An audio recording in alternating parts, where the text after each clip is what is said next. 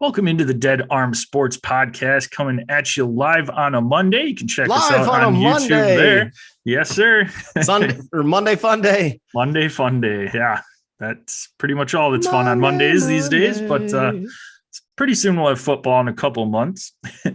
Talking some football today towards the end of our show. Going to have quite a bit of golf. There's a lot of golf news, recapping the Memorial, and then some live updates. Had a couple guys that now are playing on that. But before we get into that, Gel, I have a golf-related question of the day for you. It's kind of simple, but one is more so a feat that you don't see all that often. So I'm curious on where you sit. If you would rather have a hole-in-one, or would you rather have an albatross getting a 2 on a par 5? Hole in one. Hole in one. Hole in one. It's just too iconic.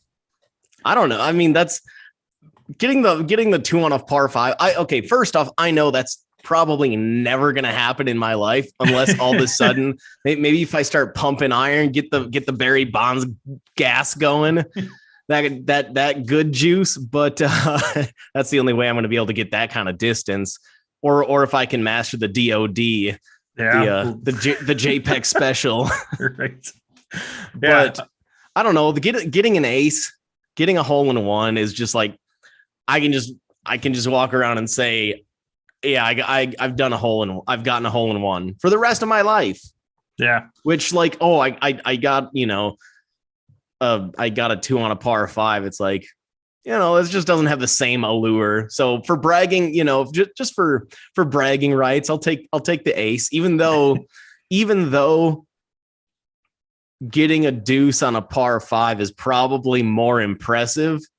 Probably not. You might not impress as many people as if you said I got a hole in one. Yeah, that's true. Be a little bit lighter on your bank account though if you got that a is 2 on a downside. But hopefully it's only hopefully you go out there and it's 6 a.m. when that happens. Right. Yeah. So that bar tab is pretty. Yeah. Buy a round of coffee nice for the old guys that are in there. Drinks on me. I'll take mine with 1 creamer. Yeah, I think that's kind of where I sit too, because I don't know how you'd even get into the conversation of like, oh yeah, I've got 2 on a par 5 though before. Like that's literally the only way is if somebody's like, hey, have you ever gotten a hole in one? You'd be like, no, but I've got a 2 on a 5 before. Like I don't.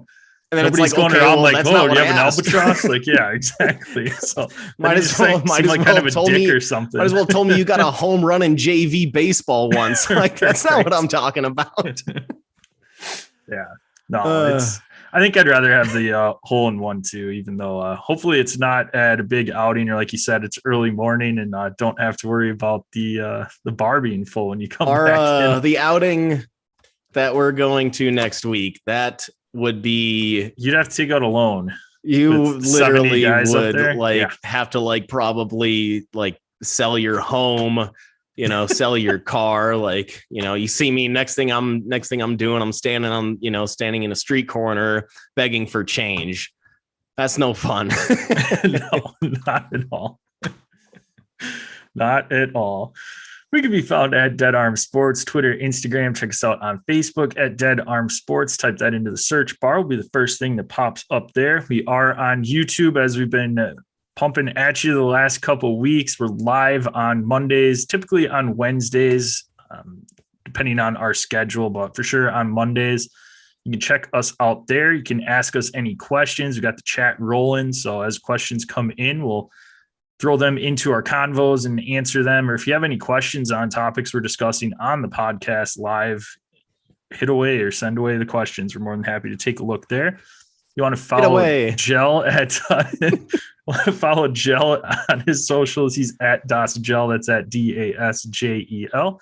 I can be found at DasJPEC. That's at DASJPEC. Subscribe, rate, and review the podcast on your favorite listening platform. Send us a screenshot of that review. Get you some swag sent out your way.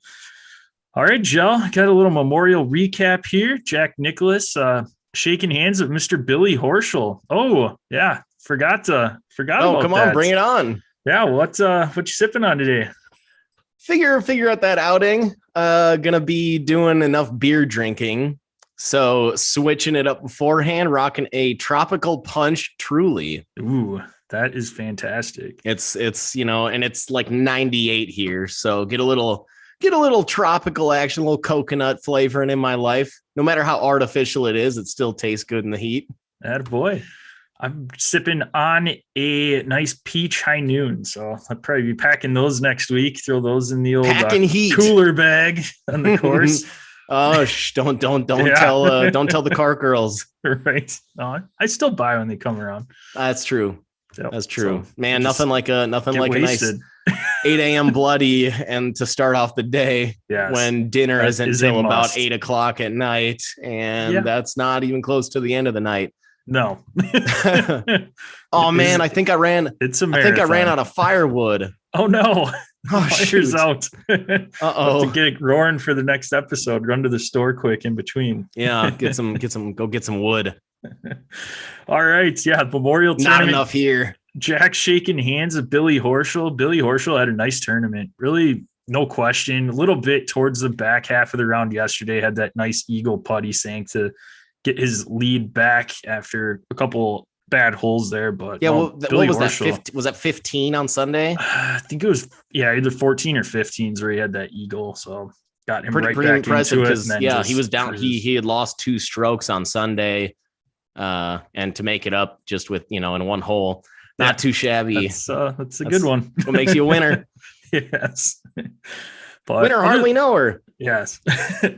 Other than that, though, had a couple, no big names really up towards the top a ton. I'll throw this one out there, Jell. John Rahm had finished at -4. And how'd Javi do for you? Big Dick Vic.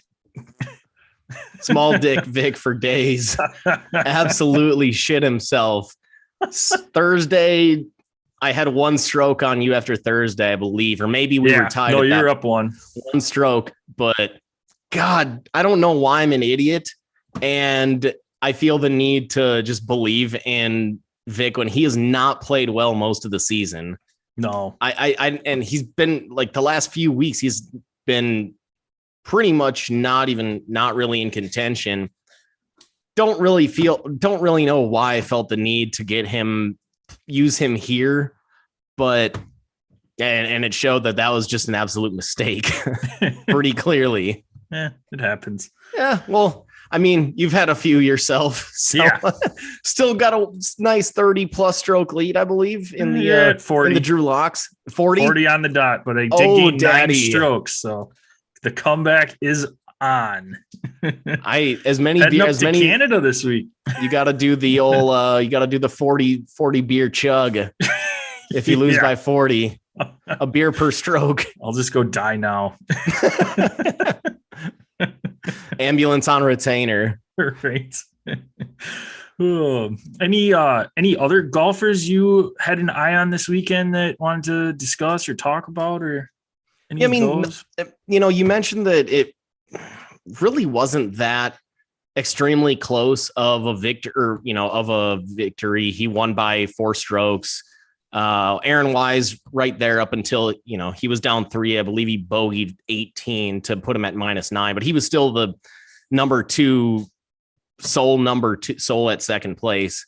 So that shows you that it really wasn't a close victory. It was kind of a runaway win for Horschel. So not the most dramatic tournament, but we have to be impressed with Joaquin Niemann, what he's done this year.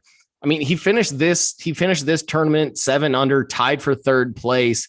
And we've seen him at or near the top of the leaderboard quite a bit this year. Obviously, this, starting off the season or early on in the season with his win at the Genesis Invitational. And, I think that maybe played a part in him getting into that. I don't know exactly how they made up the Masters groupings, but he was in Tiger's group. Not coincidental. I don't know if it's coincidental, but he won the Genesis, which is kind of, that's a big one for Tiger. I don't know if that's what played a part in him being paired up with Tiger and Louis Oosthuizen, but he did. But yeah, like you said, he did well at the Masters too. He's been at or near the top of the leaderboard. he's only 23 years old. Right now, I mean, you got to kind of give it up to Niemann. Yeah, he's at 19 or 18 right now in the FedEx Cup point standings on the season. So and look at the guys that he's sandwiched in between. Cameron Young, who's had a great year so far for a guy that we weren't really thinking of at the beginning of the season as one of the top names. Cameron Young, 16, Vic at 17. Big Dick and then Vic. Small Dick Vic. and then right behind him, Xander Schauffele and Colin Morikawa. Yep. So those are four guys, or at least three of those four guys are some of the biggest names in golf right now that are all young and what, we consider up and comers. Niemann to be sandwiched in between all those guys. We just had the similar conversation about Sam Burns last week.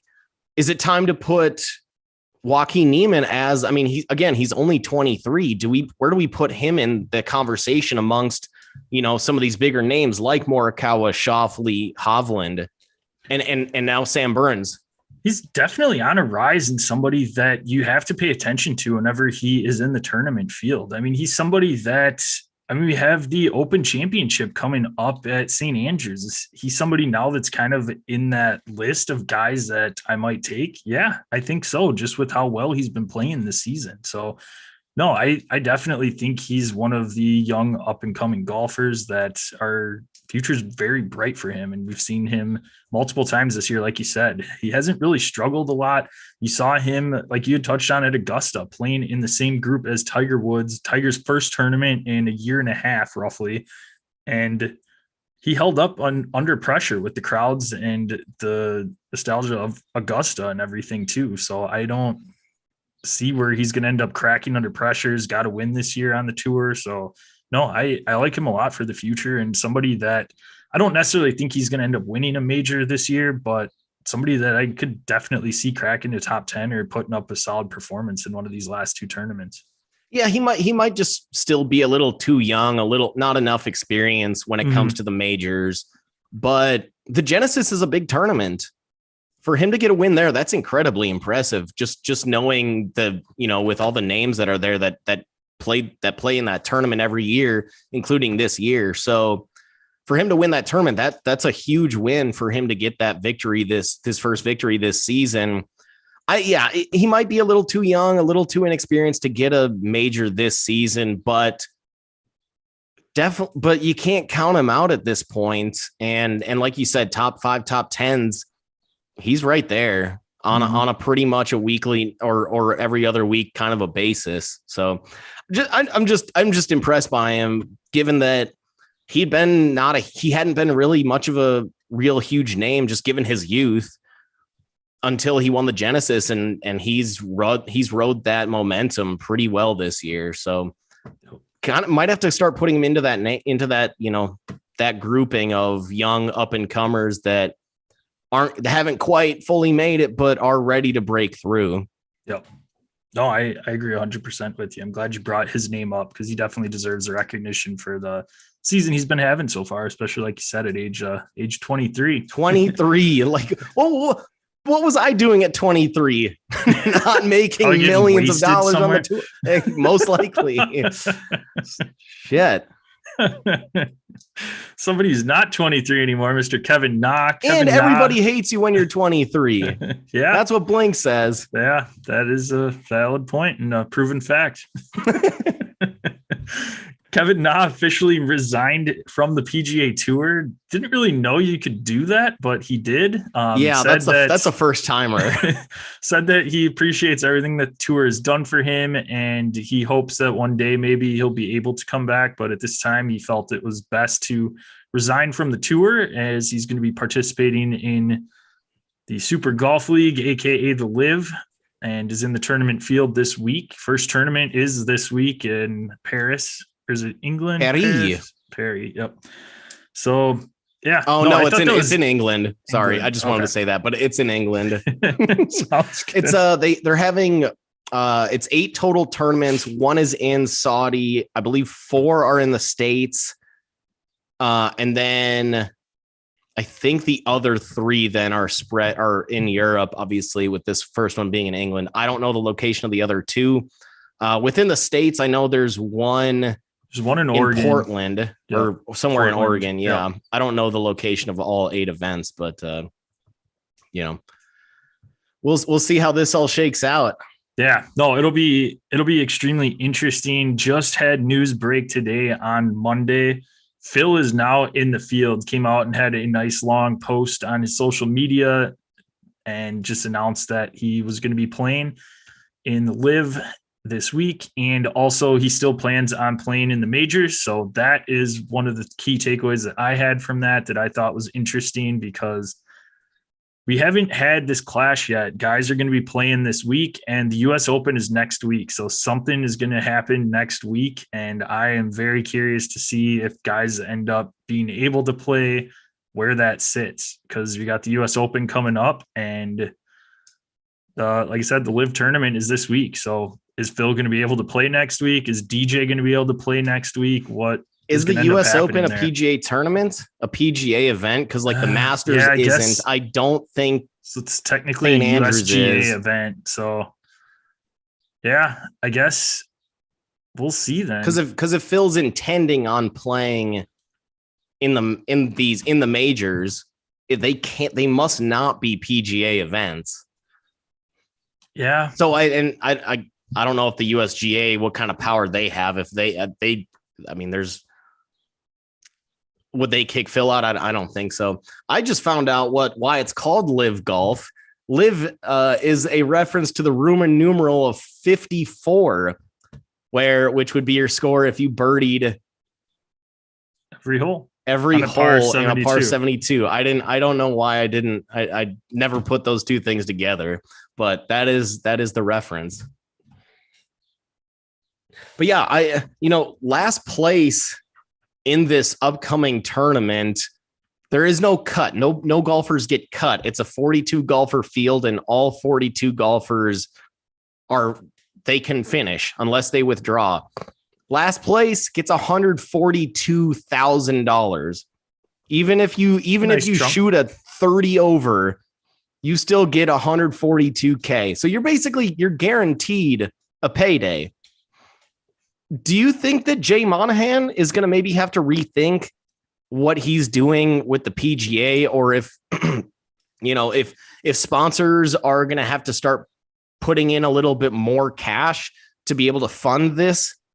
Because this is guaranteed money. I mean, I'm still shocked that a Taylor Gooch for him to leave the tour, because he is young and an up and comer and has a lot of potential to make a lot of money, I think, still on the PGA. But some of these older guys, I mean, Sergio, big name, he probably got a payday up front, plus now, and he's not really competing that much nowadays in PGA events. Yeah. So for a guy like him, I totally understand moving on, but because it's guaranteed cash, do you think that Jay Monahan, the PGA commissioner, is going to have to maybe rethink this? Or do you think he's better off, or you think he will stick with his current model of half the players make the cut, half the players miss the cut, and if you miss the cut, you get zip?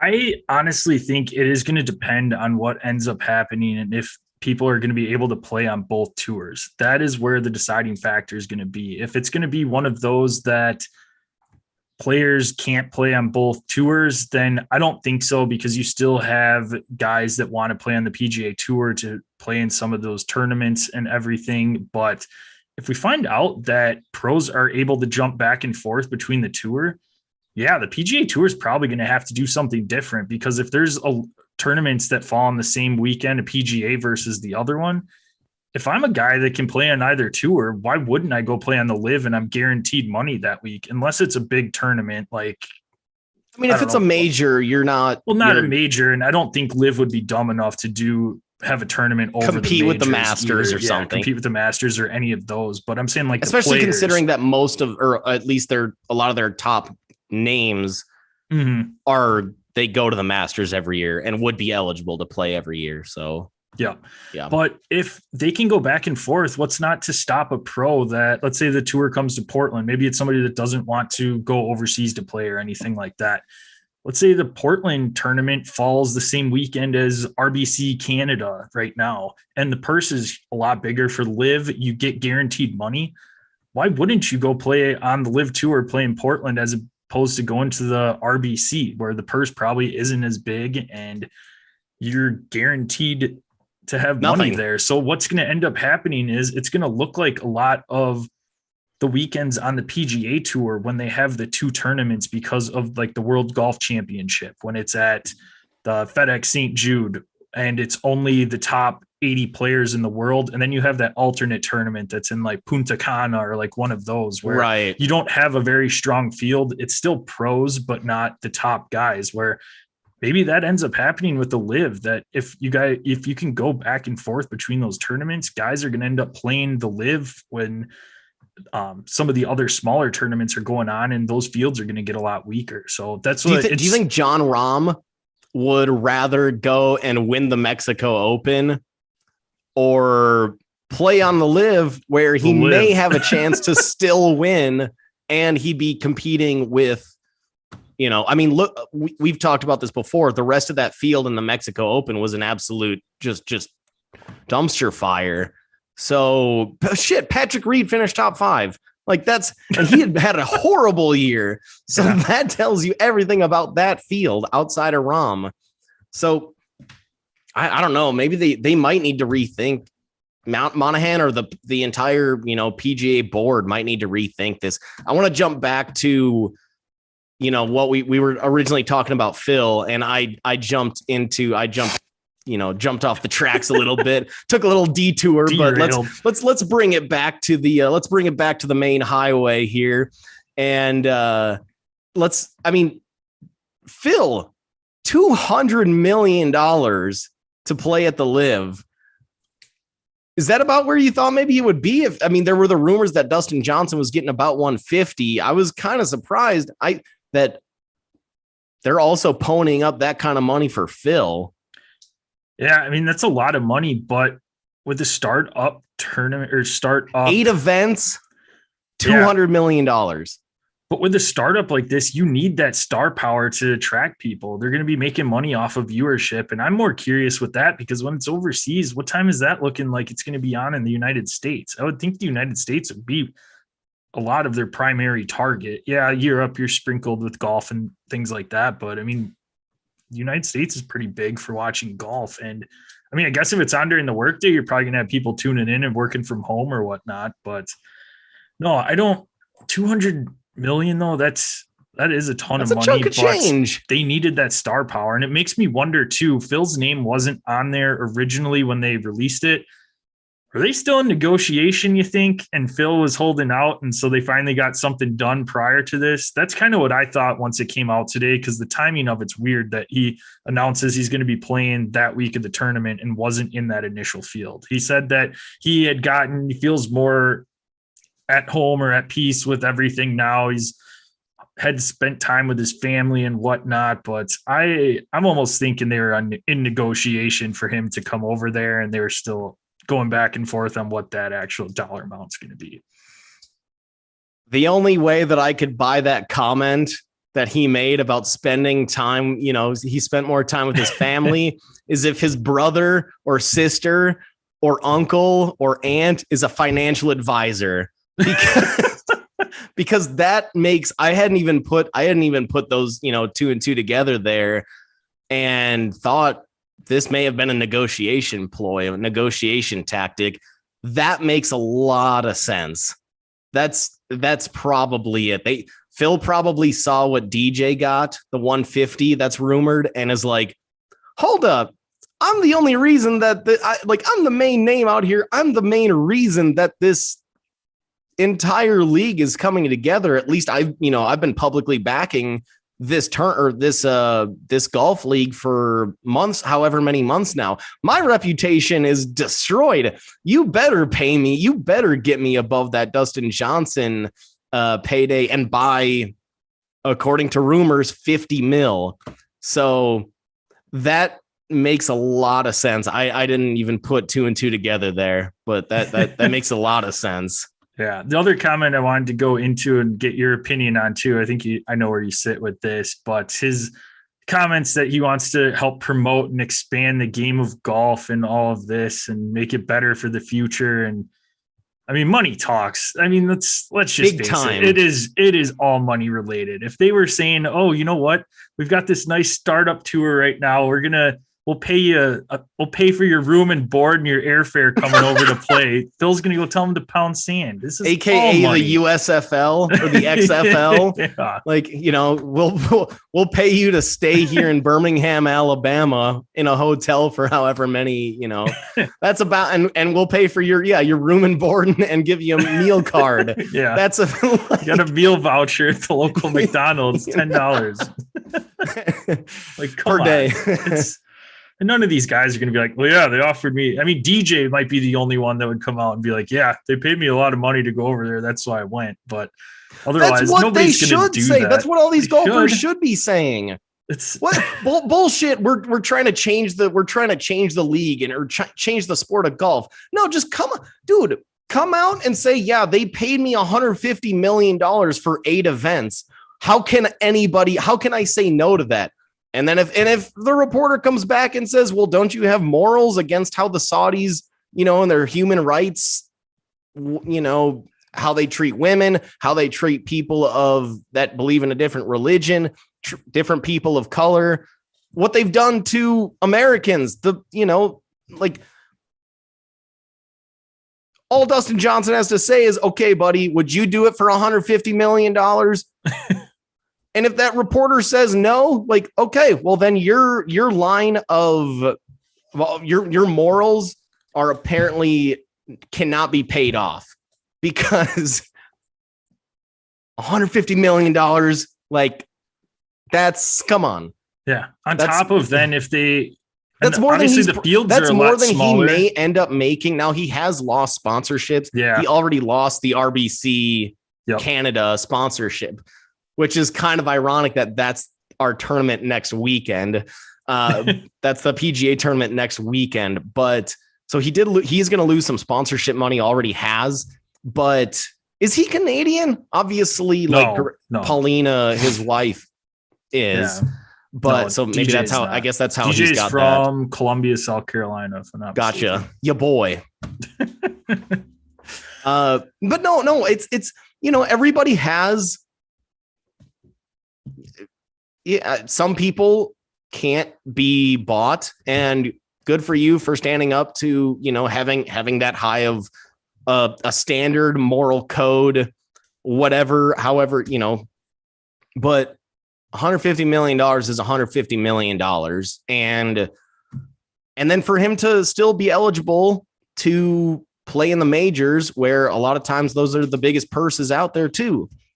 So not every major has the biggest purse, but a lot of good purses are out there too. So if he can play in the majors and get himself $150 million for 8 events, and then he can, and then reassess next year before this starts back up and say, look, I got paid. I went, got my money, and now I'm ready to come back. And if Monahan says no, okay, well then I'll just go get another $100-some million next year. But a lot of people's morals can be bought, I guess. We see this with Apple, with any, we all use phones. We all have phones. We all have shoes. Every Apple product is made in China. Basically every single one, or at least, there's materials that have to be dug out of the ground. These extremely, rare materials that have to be brought out of the ground to make these products that are probably done unethically with, again, low wage workers, also ruining, fracking involved, whatever your thoughts are on fracking, that doesn't matter, but that's, that hurts the earth's, whatever you're ruining mountains and shit when you're fracking. So like, we all drive cars. most of that oil comes from, or a lot of that oil comes from Saudi Arabia. That's how the Saudis have all this money. It's from us buying gas. So it's kind of hypocritical for us, for us to be using all these foreign products that are a lot of times not done in the most ethical ways, not, the oil dug in the not ethical ways, the labor practices in China, etc. So for us to then criticize somebody for going out and getting $150 million, $200 million for Phil, it's a little hypocritical because we're all using these same products. Every single person in America, just about, using these same products that are driving these same cars that are created in unethical ways. So I don't know. Everybody has their own moral code, but we all fall into that trap of not everybody's perfect ethically. Yeah. One thing too I wanted to touch on is I have to believe with DJ, Phil, Taylor Gooch even, they have to be talking to their attorneys too and being like, hey, does Monahan even have a leg to stand on if for some reason this folds and I can't come back to the PGA? Like, that they've at least had some conversations on that too. And if that's the case and their attorney's like, yeah, no, he doesn't have anything to stand on, we'll fight this and I don't see any issues like that, then why aren't you going over and making some cash right now while this is going on? Who knows? It folds next year. You come back to the PGA Tour and that's that. And move on from there. But I have to think though that they've at least reached out to their personal attorneys too to see what's going on with that, or at least talk to somebody to seek legal advice on it. But if there's 42 golfers in this league, maybe it's 43 now with the addition of Phil, I suppose. Throw 43 lawsuits in Jay Monahan and at the PGA and see what they do. 43 individual lawsuits, see what they do. Because unless, however they want to handle that, but at some point there's going to be a settlement in an agreement, because nobody wants to go through that for as long as those trials could linger. So I could see this flipping pretty quick. I guess, Monahan, if you're Monahan too, I would play the tough guy and say, no, at least at the beginning, I would play the tough guy and say, no, you're not invited back. Because he doesn't want to lose anybody, obviously. Oh, yeah. No, he has to do this right now and then see where it goes. Because otherwise, like we had said, and also, if you're guaranteed to make money, you're going to end up losing guys that are going to go and play knowing that they're going to be able to make money regardless. And there's no cut. And your field's going to get a lot weaker on the PGA Tour. So he has to do something right now to try and deter it. And if he hadn't at the very beginning, said, made that threat of, look, okay, you go ahead, but you're not coming back on the PGA Tour. If he hadn't made that threat, who knows how many more golfers would have been involved in this? I mean, you could be talking about any number of guys that would leave the PGA for this, if knowing that, okay, I can, or play on both tours, if he hadn't made that threat at the beginning. So he had to do it. I think it was definitely the right move, right thing to do. I just don't know how long it's going to last. Maybe, if he's going to be able to stand that ground for, I don't know how much longer, but who knows if things may change even by next season. Yeah. Somebody that is not going over to the LIV anytime soon, Mr. Tiger Woods. It was rumored, TW Legion account on Twitter. They're the ones that also pretty much follow Tiger's every move. They were on top of it when he was coming back to Augusta, and they had tweeted out today that there's rumor that Tiger turned down upwards of a high 9-figure deal. So, I mean, that is a lot of cash. Not that Tiger needs that at all, but just kind of show you where he stood on it as well. And you wonder if that's more so like he couldn't commit to playing in all of these tournaments and they wanted him to play in that, or if it's just his morals and wanted to stay on the PGA Tour, chase those majors, didn't want to have to jeopardize anything, but thought that was interesting that that's a lot of money to turn down. Well, if you're talking about 8 events and we're also talking about high 9 figures, you could be talking about $100 million a tournament, an event. Yeah, that's insane. That's insane. But he might he at that point may be jeopardizing that Nike contract, and that Nike contract is a lifetime contract. Yeah. So that Nike money could probably add up to he may end up being a billionaire. We just saw this past week, LeBron became the first active NBA player, or maybe the first, I don't know if it's the first ever active athlete to become a billionaire. Probably just NBA. I don't know where Tom Brady sits with all of his stuff, but regardless, LeBron became the first active NBA player, at the very least, to be a billionaire. I can't imagine Tiger's too far behind him between the Nike money, all the sponsorships, everything. He's got his net worth has to be up there. So for him to risk losing that Nike contract for a quick payday, granted, that is a hell of a nice payday, but I think also his legacy, if you're Tiger, your legacy is worth more than just money at this point. I mean, he's recognized as probably, I mean, depends on who you ask, but probably the greatest golfer of all time. You could throw Jack in there just because of his longevity. And he was able to tack up those majors for so long, but there's been nobody more dominant in golf ever than Tiger for as long as he did it. So I think the legacy and the reputation that's probably what steered Tiger away from taking that nearly $1 billion contract or deal with LIV.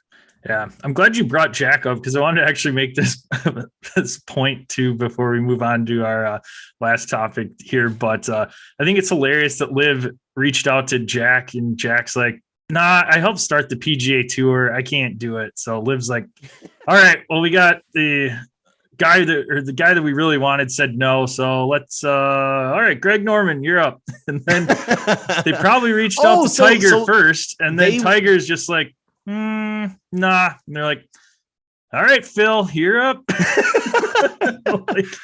So did they reach out to Jack to be, be kind Jack of was the supposed to be the Greg Norman role. Yes. Gotcha. That's what Jack at least had said, I believe, in his press conference last week, that they came and offered him a significant amount of money to help be the face and be the one that's running the Greg Norman role of LIV. And he's like, "No, I helped start the PGA Tour. I'm not getting involved in that." So I'm very happy about that Jack made the right call. Greg Norman kind of, I mean, obviously, golf legend and everything, but not even in the same conversation as Jack. Nope. So that was that's the right call by Jack. Yeah.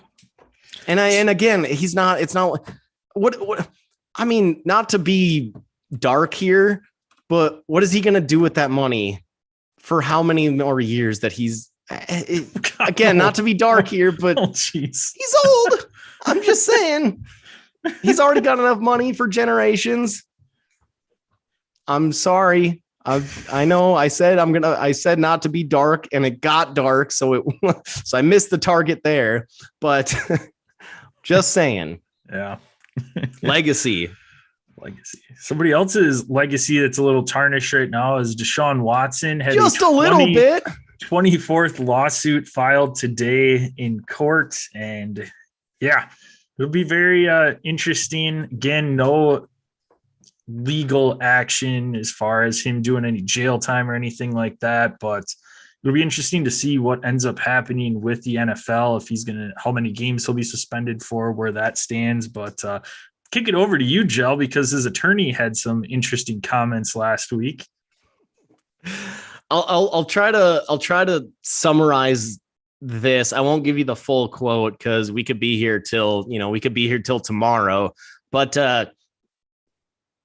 his attorney, Rusty Hardin, yes, that's his name in a case like this. Rusty Hardin.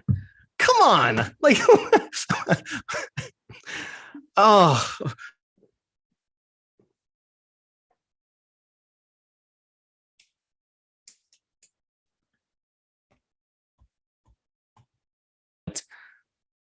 Rusty Hardin for a sexual assault case, 24 sexual assault cases.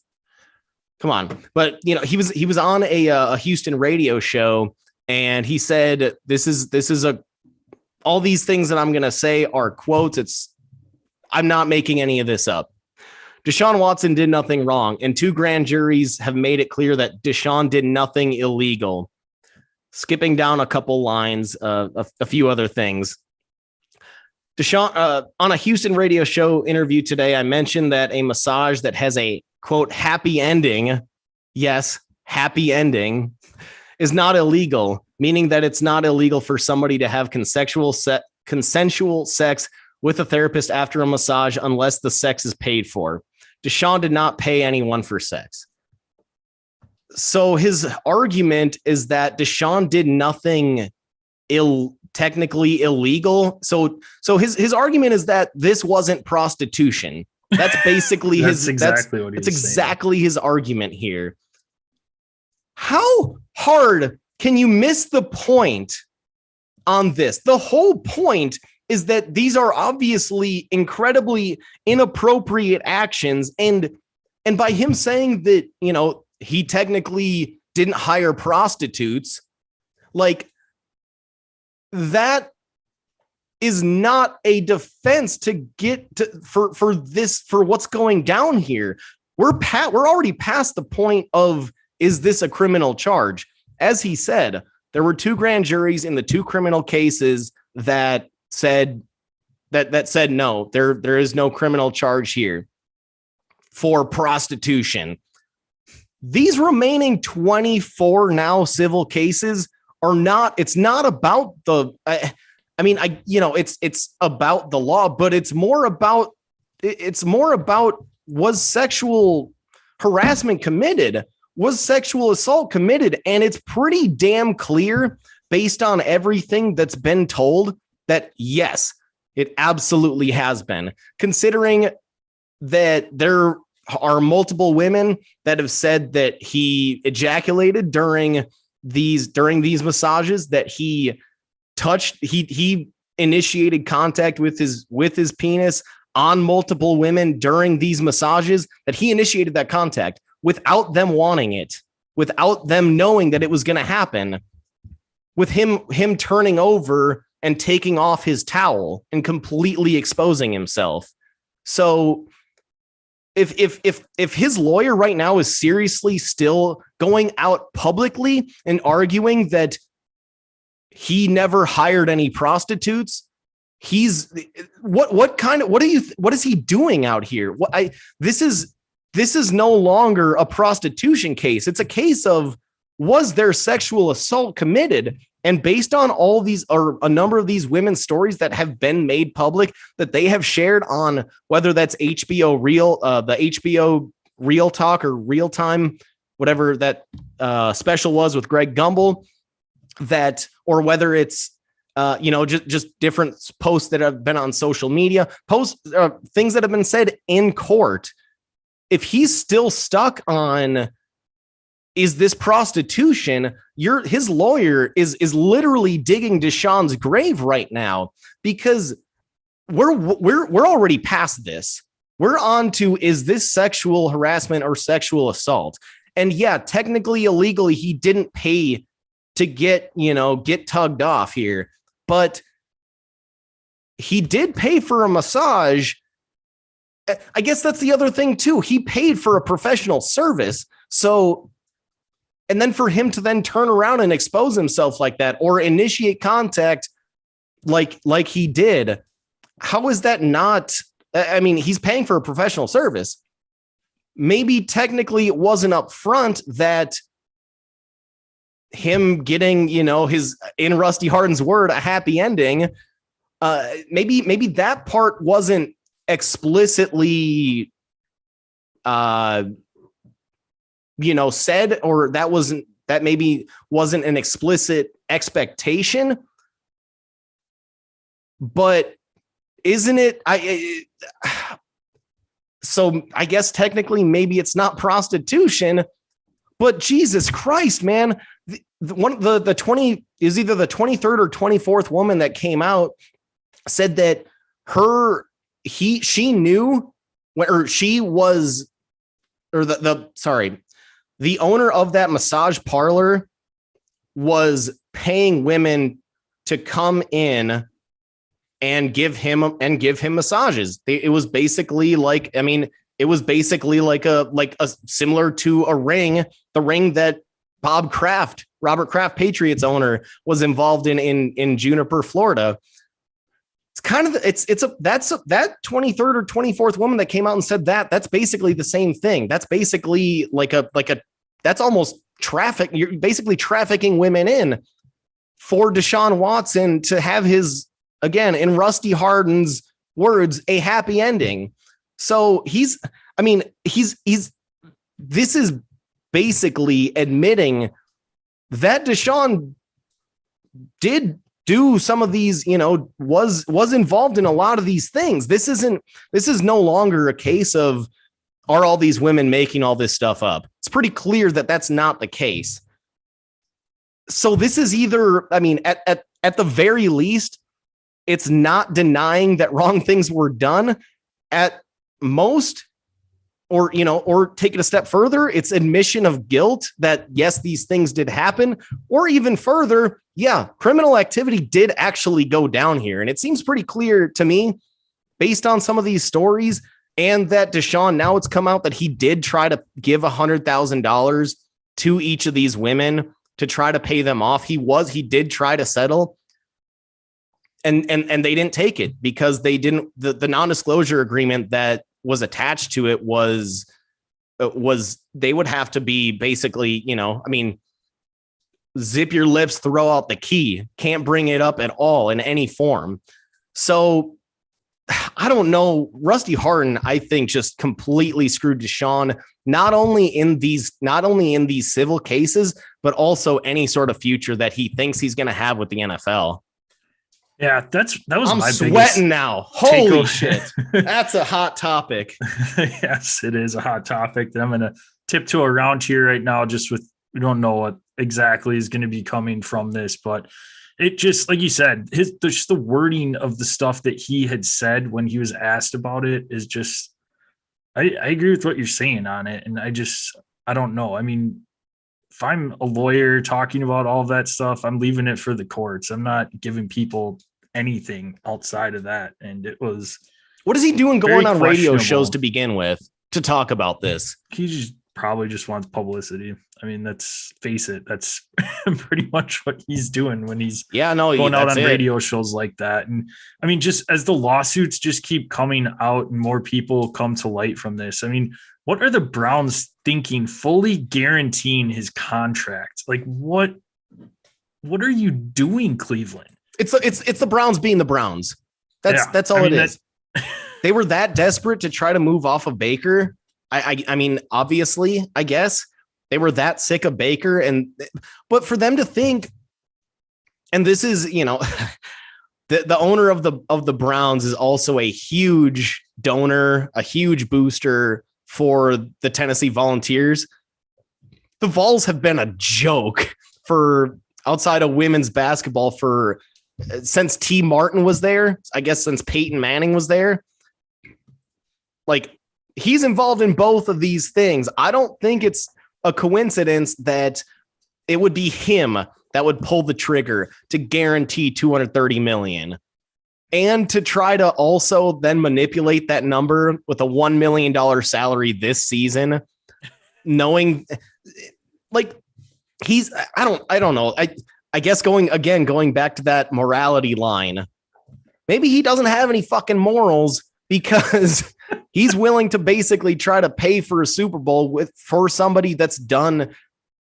By giving him this $1 million salary, it's him or management or probably Deshaun and his agent saying there's probably a suspension coming. So they kind of know what they're getting in bed with. No pun intended, but like, they knew what they were doing when they signed this contract, when they offered out this contract. It's just the Browns being the Browns. And no team was clearly able to match that or willing to match that, because how could you guarantee $230 million for a guy like this? Yeah. No, I don't understand. Like, I think he said it's just them being completely desperate and doing what they can to try and get that franchise quarterback in that they've been wanting pretty much. I mean, they haven't had one since they brought the team back. So, yeah. Bring back Otto Graham. Oh, gosh. Was it Bernie Kosar, I guess, probably was their last half-decent quarterback? Derek Anderson brought him to the playoffs one year. I mean, any team that drafts Brandon Whedon deserves it to never be good. And he was like 29 when they drafted him, too. I mean, what are you thinking? In the first round. Yeah. What are they doing? Pick. That's the good pick. Again, that's the Browns. That's the Browns. I'm sure if they had an opportunity to pick Paxton Lynch, they would have. Because they drafted Manziel. That was the year that Manziel went. Yeah. Pretty sure. Yikes. Brutal. Yikes is right. All right. So that will wrap up this episode. I'll be back with you tomorrow, but you can be found at Dead Arm Sports, Twitter, Instagram. Check us out on Facebook at Dead Arm Sports. Want to follow Gel? He can be found at Das Gel. I can be found at Das JPEG. Every Monday, typically Wednesdays, we'll do our YouTube live. So make sure you subscribe on YouTube. You can watch our videos there. The replays go up the next day after we record. Otherwise, you can tune in live. We've got the chat going. You can ask us any questions. We'll give you an answer. If you want a little bit more information or our thoughts on the topic we're discussing, just send us in a comment there. We monitor that throughout our entire show. So more than happy, you can interact with us there. Make sure you subscribe, rate, and review the podcast on your favorite listening platform. Send us a screenshot of that review. Get you some sticker swag sent out in the mail. Joe, where can they find us at? Hit us up on our presenting sponsor, Anchor, both available on your list, both available on your Apple App Store or Android Google Play Store. If you're looking for the app, just search Anchor. If you're looking to go online and do a little extra exploration, you can do that as well just by searching anchor.fm. They allow us to present this beauty to you for free on Apple Podcasts, Spotify, iHeartRadio, and Google Pods. Again, make sure to subscribe to our YouTube channel. Just search Dead Arm Sports in that search bar, and it should be popping up as that first thing right at the top of your list. Again, subscribe, turn on those notifications so that you make sure that you get turn on alerts so that you make sure you get notifications when we do go live or when any episodes are released. So yeah. And then make sure also to hit us up on our Dead Arm Sports social pages. That's at Dead Arm Sports on Twitter and Instagram. Also available on Facebook just by searching Dead Arm Sports. Write us in, hit us up in the DMs with a comment, with a question for a future topic. You can also hit us up in the DMs after you subscribe, rate, and review. With that written review, hit us up on Twitter in the DMs, hit us up on IG on the DMs. That's direct messages. It's all those kids that call them the DMs. Those darn kids, get off my lawn. Love it. All right. Appreciate everybody out there listening and watching today. Again, appreciate everybody out there. If you could tell somebody you know about our podcast, help spread the word, be much appreciated by Gel and I. Otherwise, we'll be back tomorrow. Have a fun show for you. Going to talk about the Aaron Donald contract and also talk a little Vegas win totals. So any of you looking to spread a little preseason cash on a couple over-under bets, we got you covered tomorrow, ones that we're a little interested in and maybe highly passionate that they're going to be over or under. So Jill and I will maybe debate some of them. We'll see. We don't know who each other are going to be taking, so we'll see what happens tomorrow. Be sure to tune in. Should be a fun show. Otherwise, Jill, close us out. Papa Molly, I'm sweating.